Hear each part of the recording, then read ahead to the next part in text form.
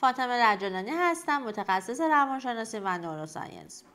جان یکی از بیماران ما که در این مرکز ترک کرده و الان دچار اختلالات پس از ترک شده. اختلالاتی مثل لرزش دست، پرخاشگری، خلق پایین و حالتهای بیقراری. حالا میخوایم ببینیم که درمان نوروساینس و TMS چطوری میتونه به جان کمک بکنه تا اینکه این اختلالات و علائمش رو به حداقل برسونه. ببینید وقتی که فردی به ما مراجعه میکنه و برای ترک میادش پیش ما، یه در واقع 2 هفته تا 1 ماهی طول میکشه که عوامل جسمانی اون فرد خوب بشه. حالا دردهای بدنی، دردهای عضلانی فرد بعد از 1 ماه خوب میشه و اون ماده با استفاده از سم‌زدایی و داروهایی که بهش داده میشه از بدن فرد بیرون میره.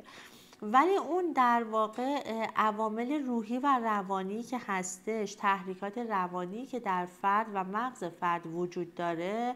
به این راحتی از فرد جدا نمیشه. یعنی بعد از 1 ماه 2 ماه تازه فرد شروع میکنه به اختلالاتی مثل افسردگی، اضطراب، بیقراری و در مصرف بعضی از مواد مثل الکل و مواد محرک به دلیل اینکه دوپامین فرد خیلی کم میشه، فرد شروع میکنه به لرزش دست، لرزش پا و بعضی وقتا دچار تیک میشه و تحریکات در واقع دست و پا داره موقعی که میخوابه، پرش دست و پا داره در طول روز و موقع عصبانیت. TMS با استفاده از تحریکاتی که روی نورون‌های مغزی فرد انجام میده و روی انتقال دهنده های عصبی فرد تاثیر میذاره، باعث میشه که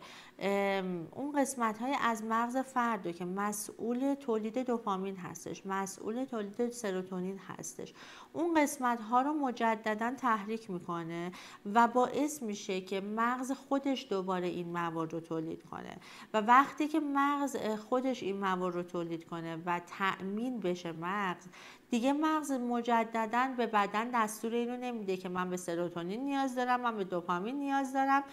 و اینکه این مواد رو از بیرون به من برسون، که همون وسوسه روانی میشه، چون که داره تأمین میشه. خود مغز در واقع این رو داره تأمینش میکنه.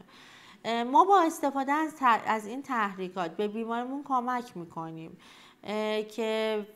نیاز فرد رو به این مواد به حداقل برسونه و پرخاشگری فرد رو کم کنه، حالتهای بیقراریش رو کم بکنه و از همه مهمتر نیاز فرد رو به دارو به حداقل برسونه. چون که با توجه به اینکه فرد یک مدت زیادی مواد مصرف کرده و الان گارد زیادی به استفاده از دارو داره و میترسه از اینکه بخوادش که حالا از این مواد دست کشیده، بخوادش که اعتیاد پیدا کنه به داروهای اعصاب و روان،